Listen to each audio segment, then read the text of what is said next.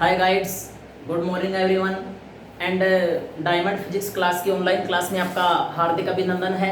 देखिए, पिछले वाले वीडियो में हमने अध्ययन किया था साधारण सूक्ष्मदर्शी के बारे में और हमने गत वीडियो में साधारण सूक्ष्मदर्शी की परिभाषा, बनावट, कार्यविधि व सिद्धांत व आवर्धन क्षमता के बारे में अध्ययन कर लिया है।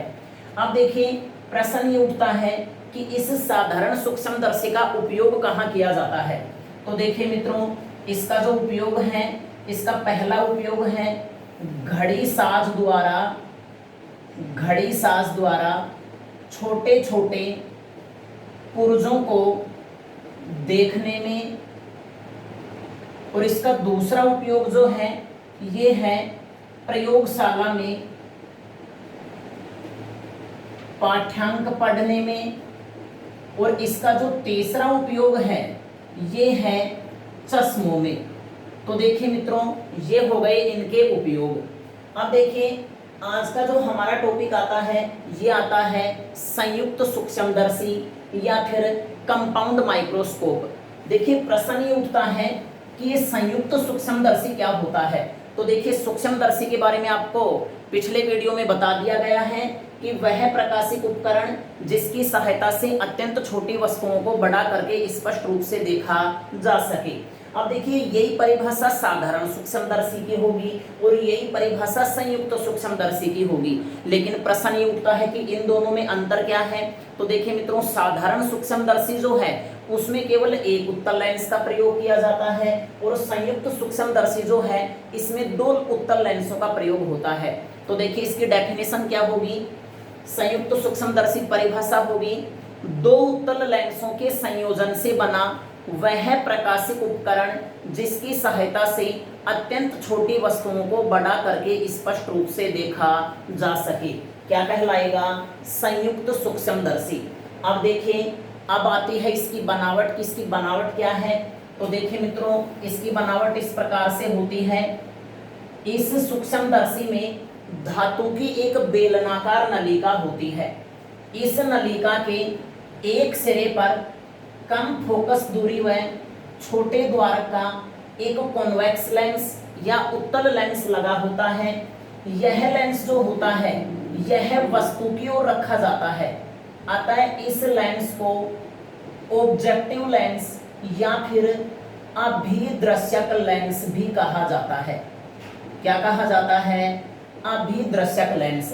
अब देखिए, इस नलिका के दूसरे सिरे पर एक अन्य नलिका फिट होती है जिसके ऊपर अधिक फोकस दूरी व बड़े द्वारक का एक अन्य उत्तल लेंस लगा होता है।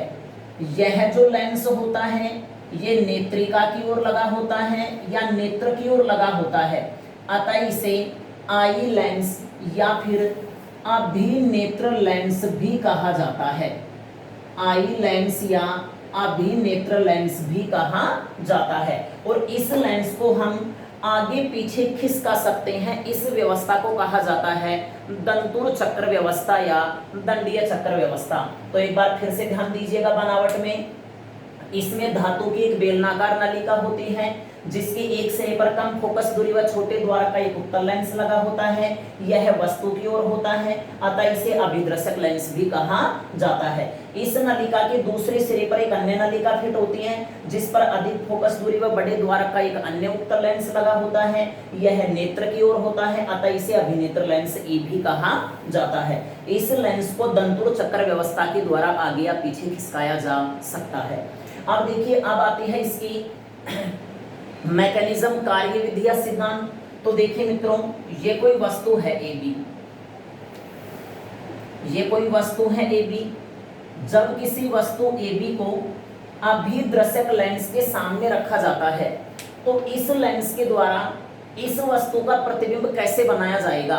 तो देखिए, ये प्रकाश की किरण जो इस लेंस के ऊपर मुख अक्ष के समांतर आपतित होती है, यह द्वितीय फोकस में से गुजर जाती है, और ये प्रकाश की किरण जो प्रकाशीय केंद्र में से गुजरती है बिना विचलन के सीधे निकल जाती है।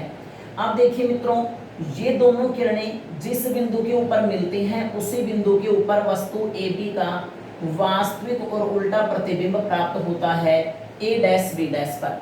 अब देखो ये जो लेंस है इसको हमने O से रिप्रेजेंट किया है, तो देखिए मित्रों यहाँ पर इसकी फोकस दूरी हम लेंगे f0। अब देखिए ये जो प्रतिबिंब बना है ये इसके कारण बना हुआ है, लेकिन इस लेंस के लिए ये आभासी बिंब का काम करेगा। तो अब हम क्या करते हैं, इस लेंस को दंडीय चक्र या दंतुर चक्र व्यवस्था के द्वारा आगे या पीछे खिसका करके इस प्रकार से समायोजित करते हैं कि ये जो आभासी बिंब है ये इसके प्रकाशीय केंद्र और इसके प्रथम फोकस के बीच आ जाए। अब जैसे ये इन दोनों के बीच आता है और इसको यहाँ से देखा जाता है, तो देखो मित्रों इससे निकलने वाली प्रकाश की किरणें जैसे नेत्रिका में प्रवेश करती हैं या नेत्र में प्रवेश करती हैं, तो पीछे की ओर बढ़ाने पर ये A double dash B double dash से आती हुई प्रतीत होती हैं। तो ये जो प्रकाश की किरणें हैं ये यहाँ से आती हुई प्रतीत होंगी। तो कहने का अर्थ ये हो गया वस्तु A डैश B डैश का सीधा बड़ा व आभासी प्रतिबिंब कहाँ पर प्राप्त होता है, A double dash B double dash के ऊपर। तो देखो मित्रों यहाँ से यहाँ तक की जो दूरी होगी ये तो होगी U नोट, यहाँ से यहाँ तक की जो दूरी होगी ये होगी V नोट, और यहाँ से यहाँ तक की जो दूरी होगी ये होगी UE, और यहाँ से यहाँ तक की जो दूरी होगी ये होगी VE। तो देखिएगा अब एक बार इसकी कार्य विधि व सिद्धांत फिर से ध्यान दीजिएगा। जब किसी वस्तु AB को अभिदर्शक लेंस O के सामने रखा जाता है तो इस लेंस के द्वारा वस्तु का वास्तविक व उल्टा प्रतिबिंब A डैश B डैश पर प्राप्त होता है। अब यही प्रतिबिंब इस लेंस के लिए आभासी बिंब का काम करेगा। तो अब हम इसको आगे या पीछे खिसका करके इस प्रकार से सेट करेंगे कि यह आभासी बिंब इसके प्रकाशीय केंद्र व प्रथम फोकस के बीच आ जाए। जैसे ही ये इन दोनों के बीच आता है और इनसे निकलने वाली प्रकाश की किरणें जब नेत्र में प्रवेश करती हैं तो ये किरणें A double dash B double dash से आती हुई प्रतीत होती हैं। फल स्वरूप A डैश B डैश का सीधा बड़ा व आभासी प्रतिबिंब A double dash B double dash पर प्राप्त होता है। तो देखिए मित्रों अब मैं इसकी यहाँ पे परिभाषा लिख देता हूँ, इसकी बनावट लिख देता हूँ, ध्यान दीजिएगा। तो देखिए मित्रों बनावट में इसमें धातु की एक बेलनाकार नलिका होती है जिसके एक सिरे पर कम फोकस दूरी व छोटे द्वार का एक उत्तल लेंस लगा होता है। यह ऑब्जेक्ट या वस्तु की ओर होता है, अतः इसे अभिदर्शक लेंस या ऑब्जेक्टिव लेंस OB कहा जाता है। इस नलिका के दूसरे सिरे पर एक अन्य नलिका फिट होती है या लगी होती है जिस पर अधिक फोकस दूरी व बड़े द्वार का एक अन्य उत्तल लेंस लगा होता है। यह नेत्रिका की ओर होता है, अतः इसे अभिनेत्र लेंस EB कहा जाता है। इस लेंस को हम आगे पीछे खिसका सकते हैं। इस व्यवस्था को दंतुर चक्र व्यवस्था या दंडीय चक्र व्यवस्था कहा जाता है। तो देखिए मैंने इसकी यहाँ पे बनावट लिख दी है। तो प्रिय मित्रों इसका स्क्रीनशॉट लीजिए, फिर हम नेक्स्ट इसकी कार्य विधि व सिद्धांत में चलते हैं।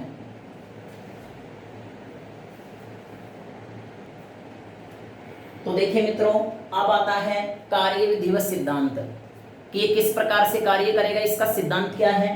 तो देखिए जब किसी वस्तु AB को अभिदर्शक लेंस के सामने रखा जाता है तो इस लेंस के द्वारा इस वस्तु का वास्तविक व उल्टा प्रतिबिंब कहां पर प्राप्त होता है, A डैश B डैश पर।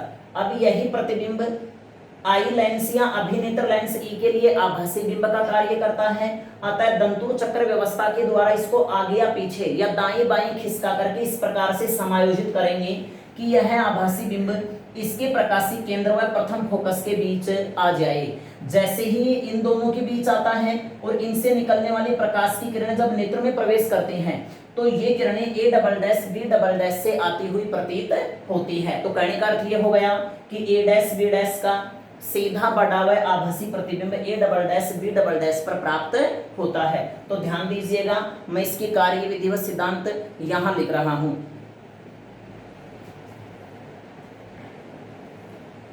तो देखिए कार्य विधि व सिद्धांत क्या है।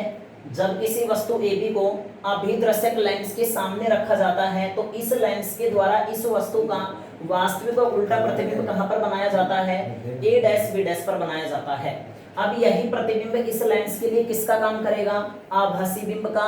अतः दंतुर चक्र व्यवस्था के द्वारा इसे आगे या पीछे खिसका करके इस प्रकार से सेट किया जाता है या समायोजित किया जाता है कि यह आभासी बिंब इसके प्रथम फोकस व प्रकाशीय केंद्र के बीच आ जाए। जैसे ही ये इन दोनों के बीच आता है और इससे निकलने वाली प्रकाश की किरणें जब नेत्र में प्रवेश करती हैं तो ए डैश बी डैश का सीधा बड़ा हुआ आभासी प्रतिबिंब A double dash B double dash पर प्राप्त होता है। देखिए मित्रों, यहाँ पर दंतुर चक्र व्यवस्था क्या होती है, इस अभिनेत्र लेंस को दाएं बाएं या आगे पीछे खिसकाना ही क्या कहलाती है, दंतुर चक्र व्यवस्था। तो देखिए इसका एज इट इज स्क्रीनशॉट लीजिएगा, फिर हम चलेंगे इसकी आवर्धन क्षमता के बारे में अध्ययन करेंगे।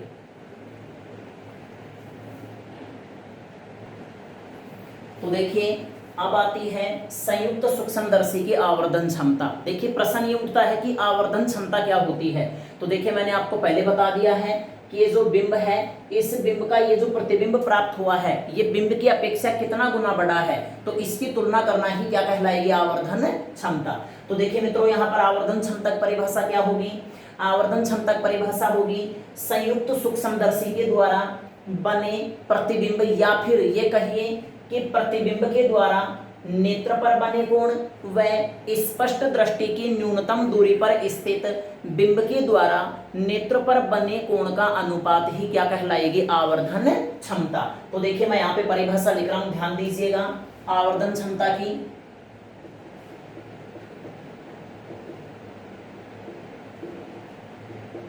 प्रतिबिंब के द्वारा नेत्र पर बने कोण, इसको हमने यहाँ पे बीटा से प्रदर्शित कर रखा है, बीटा व स्पष्ट दृष्टि की न्यूनतम दूरी पर स्थित बिंब के द्वारा नेत्र पर बने कोण, इसको हम अल्फा से प्रदर्शित करेंगे, का अनुपात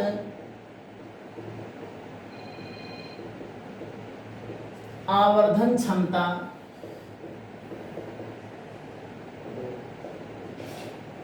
कहलाती है। इसे स्मॉल m से प्रदर्शित करते हैं। तो देखिए मित्रों डायग्राम में देखिए प्रतिबिंब के द्वारा जो नेत्र के ऊपर कोण बना है, मैंने आपको पहले बता दिया कि नेत्र को हम कहाँ पे मान के चलेंगे, इसके प्रकाशीय केंद्र के समीप मान के चलेंगे। तो देखिए प्रतिबिंब के द्वारा नेत्र पर बना कोण बीटा व स्पष्ट दृष्टि की न्यूनतम दूरी पर स्थित बिंब के द्वारा नेत्र पर बना कोण।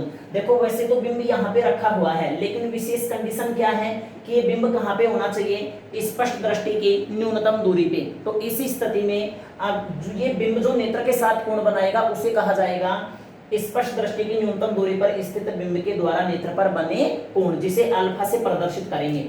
तो देखिए इसके लिए हम अलग से डायग्राम प्रिपेयर करते हैं।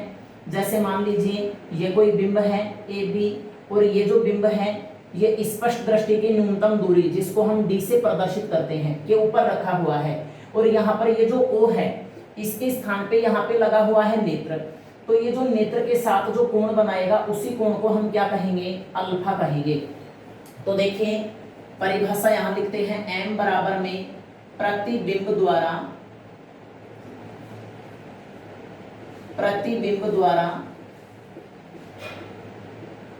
नेत्र पर बना कोण जिसे बीटा से प्रदर्शित करेंगे व स्पष्ट दृष्टि की न्यूनतम दूरी पर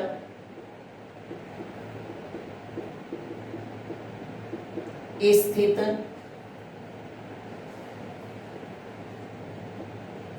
बिंब के द्वारा नेत्र पर बना कोण, इसको हम अल्फा से प्रदर्शित करेंगे। इन दोनों का अनुपात ही क्या कहलाएगी, आवर्धन क्षमता। तो देखिए मैं इसको यहाँ पे इस प्रकार से लिख सकता हूं, m इक्वल टू क्या होगा, बीटा कोण में अल्फा। यदि अल्फा व बीटा अत्यंत छोटे कोण हो तो देखिए मित्रों, लघु कोणों के लिए मैंने आपको पहले बता रखा है कि अल्फा सिमिलरली किसके होगा, tan अल्फा के, व बीटा सिमिलरली किसके होगा, tan बीटा के। तो मैं इसको इस प्रकार से लिख सकता हूं, m is equal to tan beta upon में tan अल्फा। देखिए बीटा के स्थान पे tan बीटा और अल्फा के स्थान पे tan अल्फा। इसे हम समीकरण 1 दे देते हैं। अब देखिए, ना तो हमारे पास tan बीटा का मान है, ना हमारे पास tan अल्फा का मान है। तो tan बीटा और tan अल्फा के मान हम यहाँ डायग्राम से प्राप्त करेंगे। तो यहाँ देखिए, चूंकि tan बीटा इजकल टू, देखो प्रतिबिंब के द्वारा नेत्र पर बना कोण बीटा है, लेकिन हम यहाँ देखिए इस प्रतिबिंब से पहले एक प्रतिबिंब ये प्राप्त और होता है। अगर हम इन दोनों त्रिभुजों की तुलना करें, इस त्रिभुज की और इस त्रिभुज की, तो दोनों त्रिभुज एक दूसरे के समरूप हैं। तो देखिए मित्रों, tan बीटा इजकल टू लंब बटा में आधार, तो लंब तो हो जाएगा आपका a डैश b डैश और आधार हो जाएगा a डैश e। तो देखिए a dash b dash upon में a डैश e का मान हम किसके बराबर में रखेंगे, ue। लेकिन इस दूरी को मापने के लिए हमें बाईं ओर चलना पड़ेगा। तो ये हो जाएगा मित्रों माइनस का ue व tan अल्फा इजकल टू, देखो अल्फा हम यहां से लेंगे तो ए बी अपोन में क्या आएगा, ए बी अपोन में AO। तो मैं इसको लिख सकता हूं ए बी अपोन में, देखो इस दूरी को मापने के लिए भी इधर चलना पड़ेगा बाईं ओर, तो ये होगा माइनस का d। अब ये दोनों मान हम कहां पे रख देते हैं, समीकरण 1 में। तो देखिए समीकरण 1 से m is equal to tan beta का मान क्या रखेंगे, a dash b dash upon minus ue upon tan alpha का मान क्या रखेंगे मित्रों, ए बी अपोन में माइनस डी। इससे ये कैंसिल, तो m इजकल टू क्या आएगा, a डैश b डैश ये ऊपर आएगा, ए बी इंटू में ये ऊपर जाएगा, d अपोन में ue। अब देखिए मित्रों, चक्कर ये पड़ेगा हमारे पास a dash b dash upon में ए बी का मान नहीं है। तो देखो ये मान हम यहाँ से प्राप्त करते हैं, a dash b dash upon में ए बी। देखो a dash b dash upon में ए बी, तो हम ऐसे दो त्रिभुज लेते हैं जिनमें a डैश b डैश भी हो, ए बी भी हो और कोई भी एक कोण बराबर हो। तो देखो मित्रों, ये ध्यान दीजिएगा,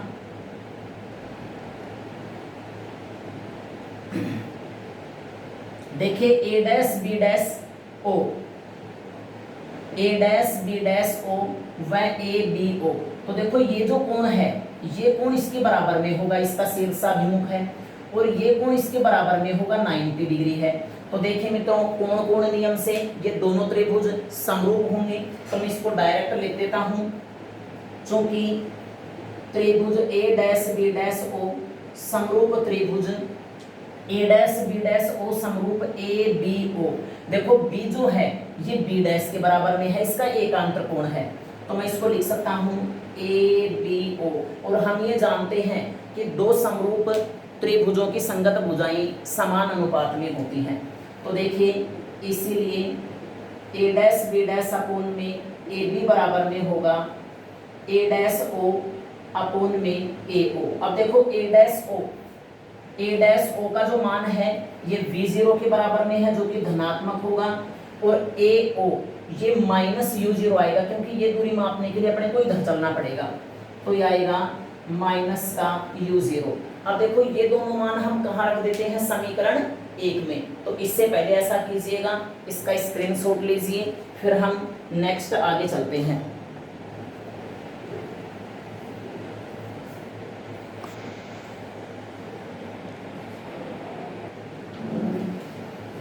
तो देखिए ये मान हम समीकरण 2 में रखते हैं। तो m इजकल टू क्या होगा, m इजकल टू होगा, देखो a dash b dash upon A B के स्थान पे रखेंगे minus b nought upon u nought into में d अपोन में ue। तो देखो ये जो समीकरण 3 आया है, ये सामान्य स्थिति में संयुक्त सूक्ष्मदर्शी की आवर्धन क्षमता का समीकरण है। तो यहाँ लिखते हैं समीकरण 3 संयुक्त सूक्ष्मदर्शी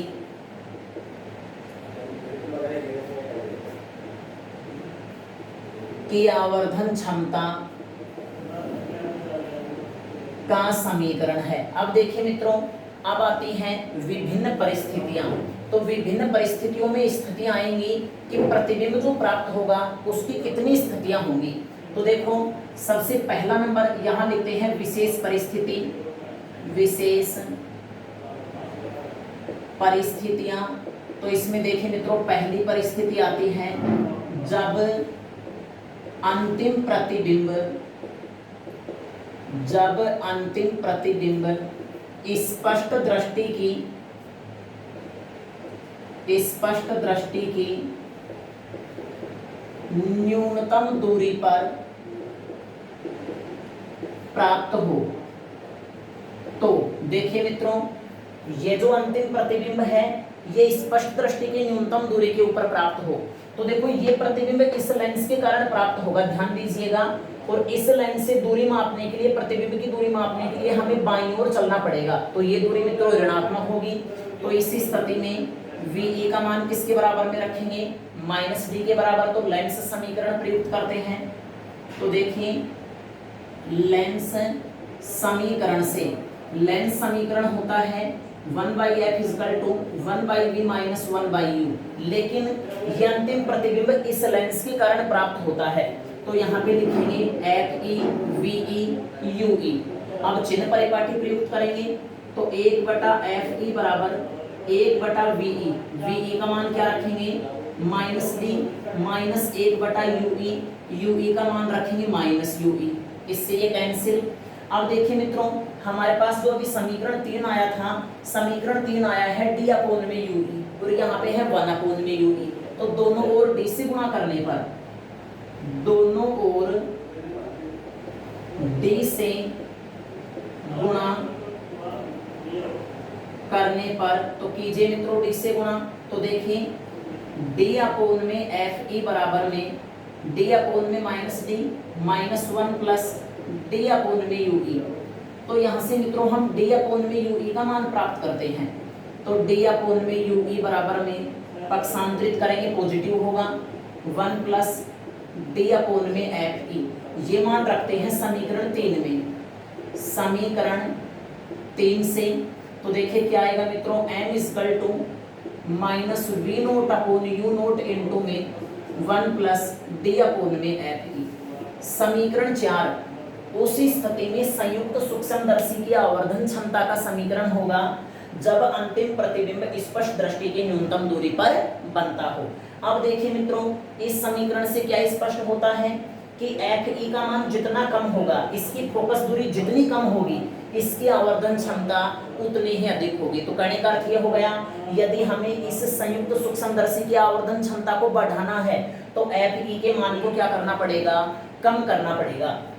अब देखो, इस स्थिति में नलिका की लंबाई, इस स्थिति में नलिका की कुल लंबाई, तो देखो मित्रों, नलिका की कुल लंबाई, नलिका की लंबाई से तात्पर्य है अभिदर्शक लेंस व अभिनेत्र लेंस के बीच की कुल दूरी।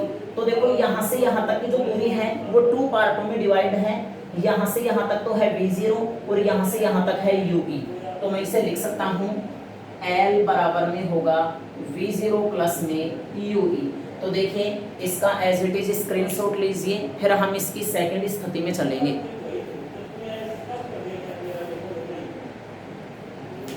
अब देखिए मित्रों, सेकंड स्थिति आती है जब अंतिम प्रतिबिंब कहां पर प्राप्त हो? अनंत के ऊपर। तो देखिए, इस स्थिति में आपको ये डायग्राम अलग से बनाना पड़ेगा। ये जो देखो, ये जो वस्तु, ये जो अभिनेत्र लेंस है, इसकी फोकस दूरी है FE।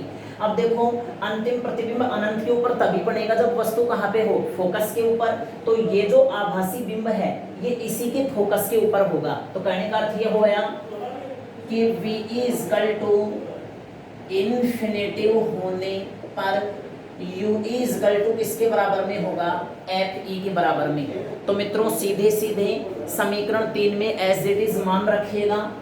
तो देखिए, समीकरण 3 से m = minus V nought upon में यू नोट इंटू में डी अपोन में एफ ई। तो देखिए मित्रों, ये जो समीकरण 5 आया है ये उस स्थिति में आवर्धन क्षमता का समीकरण है जब अंतिम प्रतिबिंब कहां पर प्राप्त होता है, अनंत के ऊपर। अब इस स्थिति में नलिका की कुल लंबाई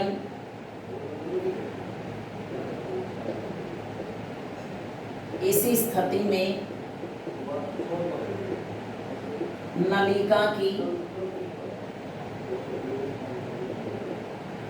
कुल लंबाई L इक्वल टू, देखो यहां से यहां तक की दूरी किसके बराबर में होगी, V0 के, और यहां से यहां तक की दूरी किसके बराबर में होगी, FE के। ये जो समीकरण 6 है ये संयुक्त सूक्ष्मदर्शी की नलिका की कुल लंबाई का समीकरण है। अब देखिए मित्रों, ये जो संयुक्त सूक्ष्मदर्शी वाला जो पूरा टॉपिक है ये मोस्ट इम्पोर्टेंट टॉपिक है एग्जाम की दृष्टि से। ये एग्जाम में पूछा जा सकता है 4 अंक का। और ध्यान रहे, यदि आपको ये टॉपिक अच्छा लगा है तो लाइक एवं सब्सक्राइब कीजिएगा और साथ में इस वीडियो को शेयर कीजिएगा। और देखिए मित्रों, अब जो आगे टॉपिक बचे हैं वो बचे हैं दूरदर्शी। देखो ये तो था सूक्ष्मदर्शी, अब आगामी टॉपिक में हम अध्ययन करेंगे दूरदर्शी। तो देखिए, बराबर टॉपिक पढ़ने के लिए मेरे साथ लगातार बने रहिए। धन्यवाद।